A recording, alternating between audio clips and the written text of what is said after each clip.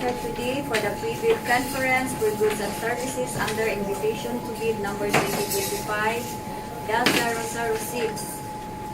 We are live via YouTube in compliance to the Department Order number 6 series of 2024, which direct us to stream activities like this for accountability and transparency of procurement processes.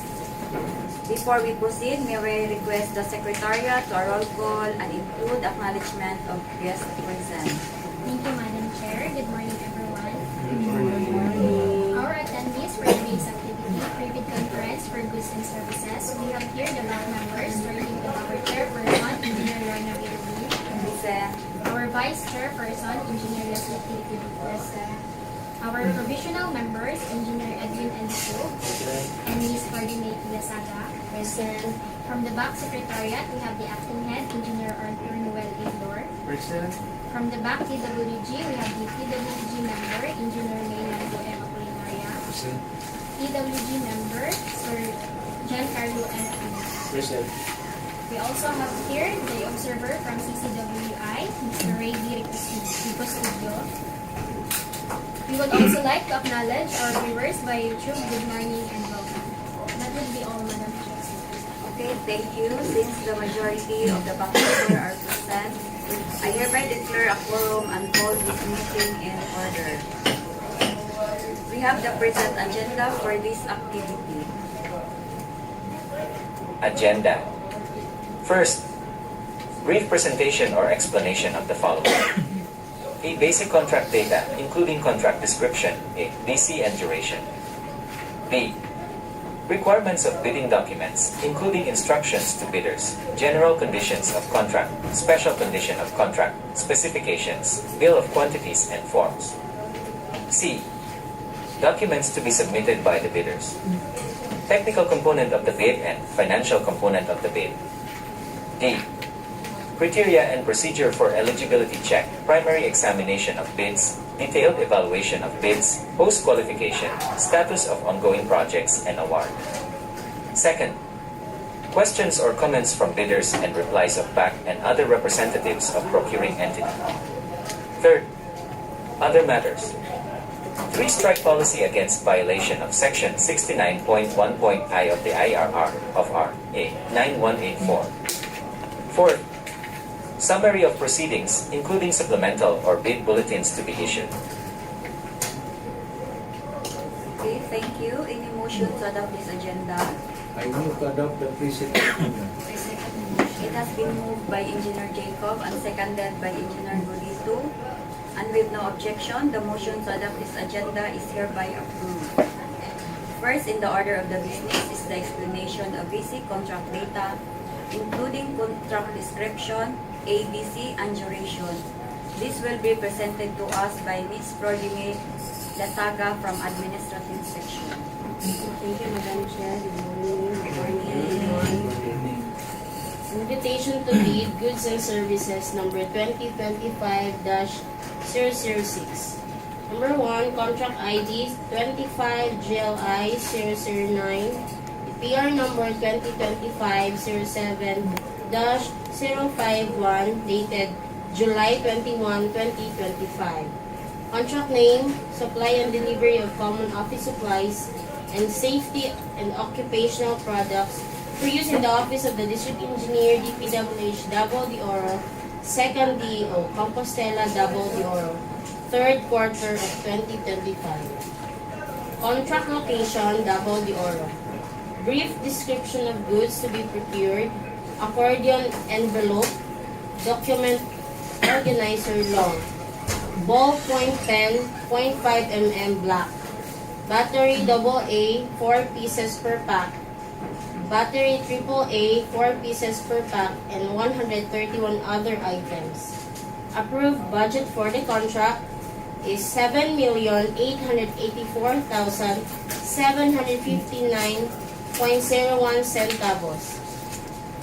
Source of funds, EL CY 2025. Delivery date of goods, 20 calendar days. Cost of bid documents, 10,000 pesos.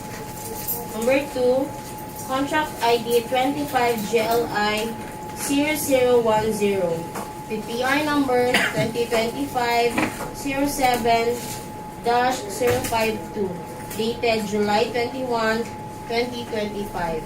Contract name, supply, delivery, and installation of office equipment, furnitures and fixtures, and office equipment, household equipment, and supplies for use in the office of the District Engineer, DPWH Davao de Oro, 2nd DEO, Compostela, Davao de Oro. Contract location, Davao de Oro. Brief description of goods to be procured: air purifier, automatic voltage regulator, 3000 VA. Document scanner, heavy duty, document shredder with automatic paper feed, and 13 other items. Approved budget for the contract is 1,471,930 pesos.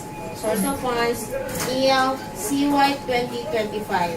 Delivery date of goods, 20 calendar days. Cost of bid documents, 5,000 pesos.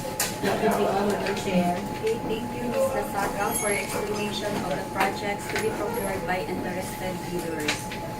Next in order of the business is the brief explanation of the requirement of bidding documents, the documents to be submitted by the bidders, and other reminders in preparation and submission through audio visual presentation. To participate and qualify in our procurement activity, interested bidders are encouraged to read the following documents. First, instructions to bidders. Second, bid data sheet. Third, general conditions of the contract. Fourth, special conditions of the contract.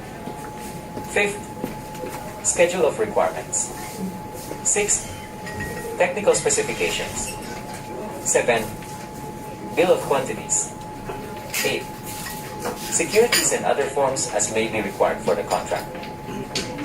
Bidders are strongly advised to read each provision, especially the instructions to bidders and general conditions of the contract, whose special instructions are clearly spelled out in the bid data sheet and special conditions of the contract, respectively.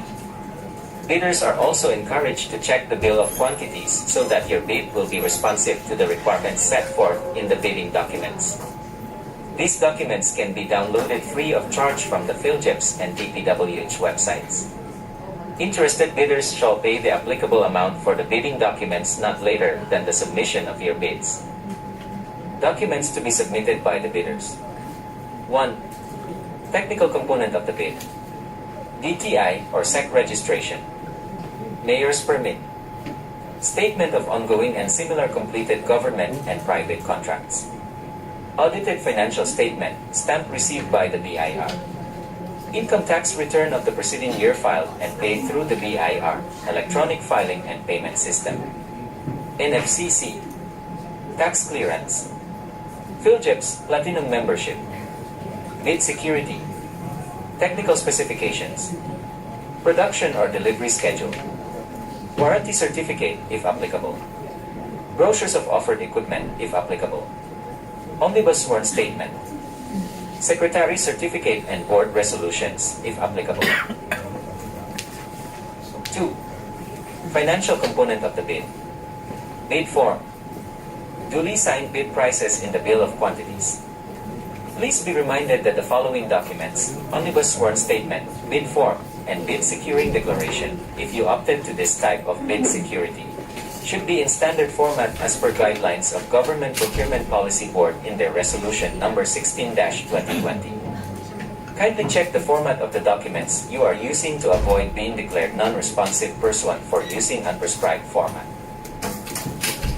These documents should be submitted using 2-envelope system. Bidders are urged to only fasten the documents at the topmost portion instead of hard or soft binding them. Each document should be ear tagged appropriately. It should be labeled based on the name of the document attached, not the number or letter according to the checklist. There shall be 3 copies of these documents, original, copy 1 and copy 2.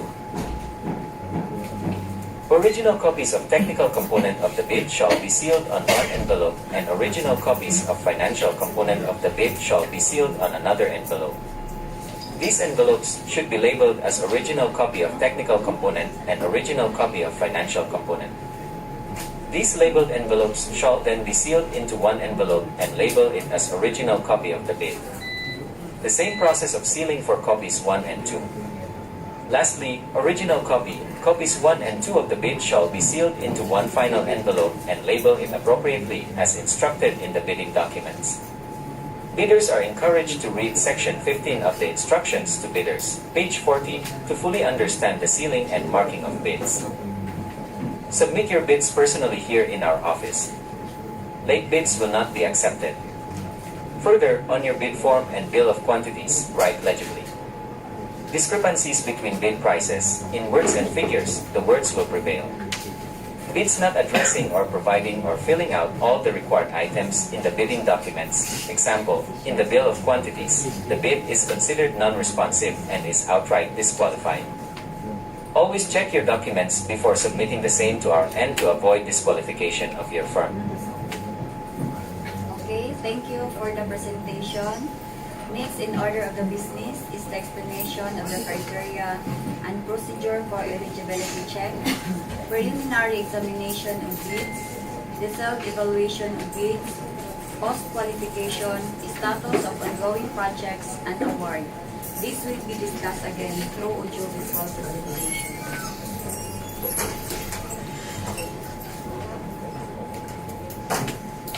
The criteria for eligibility check are set forth in Section 23 of the Revised Implementing Rules and Regulations of RA 9184.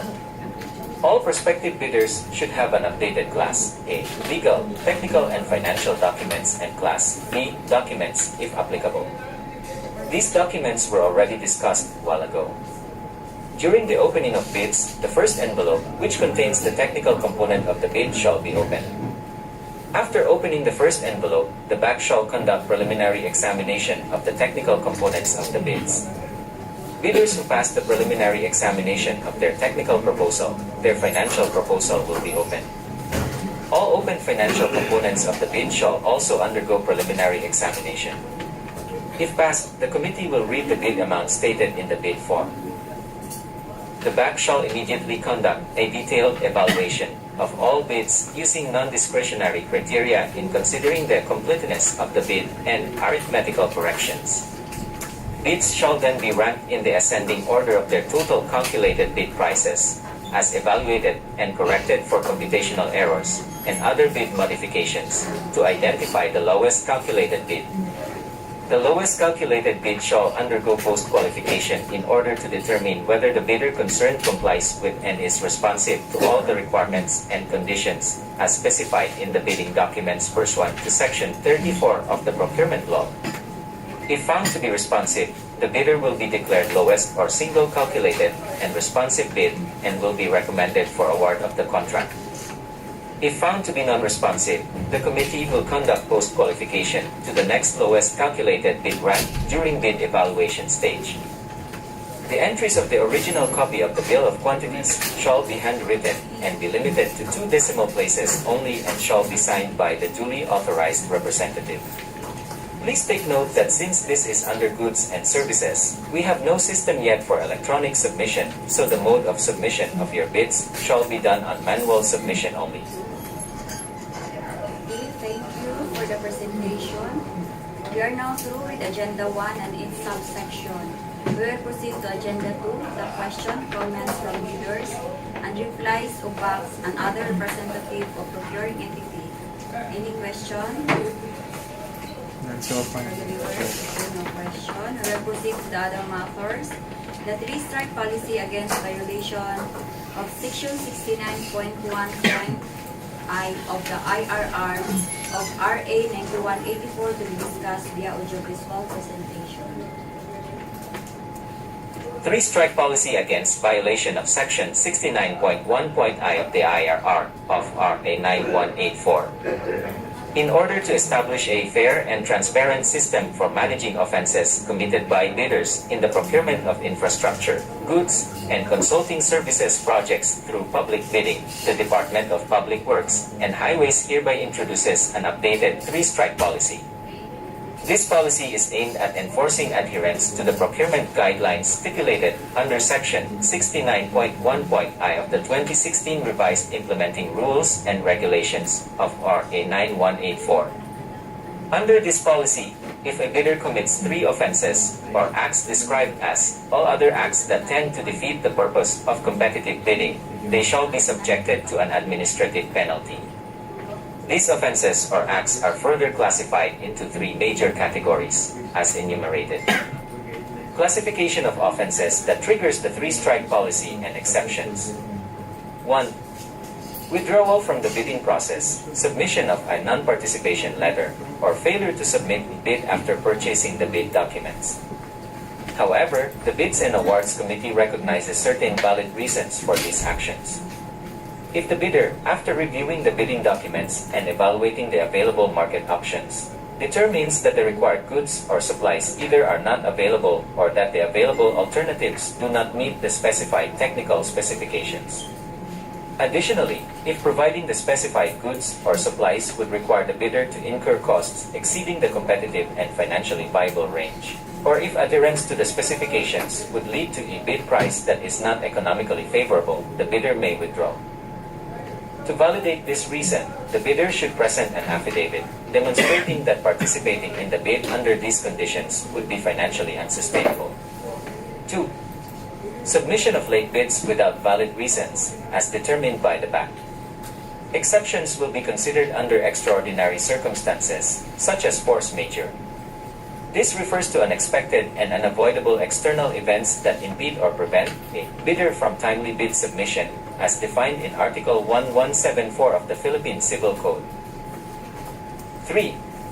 Submission of patently insufficient bid. A patently insufficient bid refers to a bid that fails to include or comply with certain mandatory requirements. The determination of whether a bidder committed such an offense may occur during eligibility screening and/or shortlisting.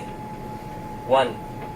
Submission of an expired Certificate of Philippine Government Electronic Procurement System, PhilGEPS registration, Platinum membership, or Certificate of PhilGEPS certification containing expired Class A legal and financial documents, as determined during the eligibility screening. B. During bid evaluation. First, failure to submit required bid forms, as outlined in Annex C detailing the complete list of required bid forms.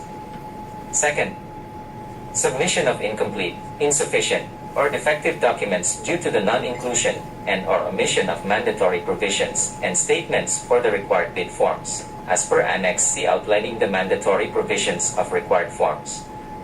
Third, submission of an unauthorized bid securing declaration, an omnibus sworn statement, and joint venture agreement, or statements from all the potential joint venture partners, with the exception during the declaration of state of calamity, or implementation of community quarantine or similar restrictions declared or being implemented either in the locality of the procuring entity or of the bidder. Fourth, submission of the bid form, price schedules, bid securing declaration, omnibus sworn statement, and joint venture agreement without the name, legal capacity, and signature of the bidder or its authorized representative. C. During post-qualification, participation in bidding for consulting services or goods and services contracts by bidder whose business type category, as indicated on the mayor's permit, does not match or unrelated to the contract being bid for, as determined during the post-qualification process. Third, enforcement and penalties. If a bidder commits any of the 3 major offenses or acts listed above 3 times within a year, starting from the approval date of the resolution recommending the imposition of Strike 1, first warning, which is counted as day 1, through day 365, and if these 3 offenses are of a similar or identical nature, it will trigger the enforcement of the stipulated administrative penalty, suspension from participating in all DPWH procurement activities and entering into contract with any DPWH procuring entity. Subsequently, As per the procedure outlined in Annex A, this may result in the blacklisting of the suspended bidder, thereby disqualifying the bidder from participating in any government procurement activities for a period of 1 year.